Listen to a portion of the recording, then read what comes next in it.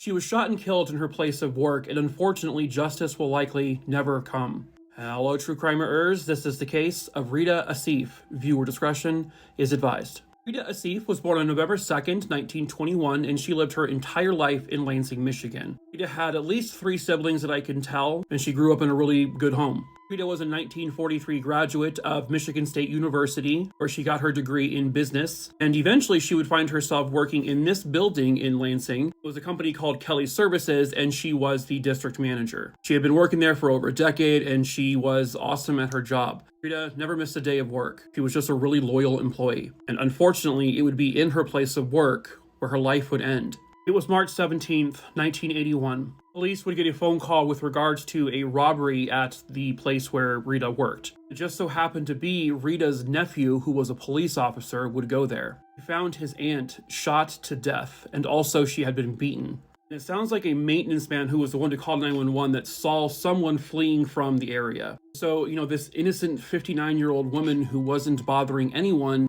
why did this have to happen, and who did this? Well, it would take about 3 months to get some answers. So in June of 1981, this woman here, she flags down a motorcycle cop because she hears the sound of screams or some kind of assault happening. The screams were coming from her 83-year-old neighbor, Pearl Robertson, from her home. The officer arrives just in time, and the woman is saved and the man is arrested, the man who was assaulting her. The victim thankfully survived, and she had a few scratches and bruises. They recovered a .22 caliber pistol from the assailant, and they took that into custody. And then they placed charges of robbery and assault on him as well. It was a man named Andrew Kendrick. I don't have a confirmed photo of him, but since they knew that Rita was killed by a .22, they tested the gun and confirmed that the bullets came from this gun, the gun in the possession of Andrew Kendrick. Andrew Kendrick was not new to murder. About 23 years prior to Rita's case in 1958, 3 people, including Andrew Kendrick,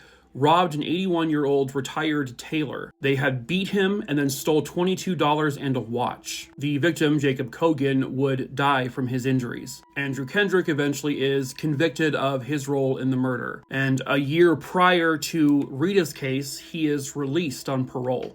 So now they have this confirmed weapon, and so they are charging him with the murder of Rita. There would be a number of witnesses who would come forward to state that they saw that gun in his possession, like literally weeks and months before the murder of Rita. That being said, it sounded like it was very difficult for the prosecution because could they place that gun in his hand when Rita was shot and killed with it? The evidence they had against him was really just circumstantial. He goes on trial, he testifies about the gun, and they have witnesses who, like the maintenance man who said they saw someone who looked like him running away from the scene. Witnesses are there to testify about seeing the gun in his possession, weeks and months ahead of time. It seemed like they had the right guy, but did they have the right evidence? Well, according to the jury, no. His trial ends in a hung jury. Prosecution says, we don't know if we can do this again. We didn't have the evidence to convince the jury now. What are we going to have a few months from now?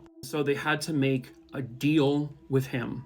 With regards to the assault victim, the 83-year-old woman that he got arrested for that led to all of this to begin with, and it was just 10 years. He pled guilty. He admitted that he was the one to assault the woman, and he was sentenced to 10 years. Rita did not get justice, and the likelihood is she never will. However, what I can say is that her killer is not free. Because of his actions, he shattered his whole parole. So they were able to actually put him back in prison for the 1958 murder of the tailor, where he would then continue to serve a life in prison sentence. Really sounds like it was him, but they did not have the evidence. They can prove that he owned the gun and people had seen him with the gun. They can confirm it was that gun that killed her. They just can't put the gun in his hands at the murder scene, despite knowing it was probably him.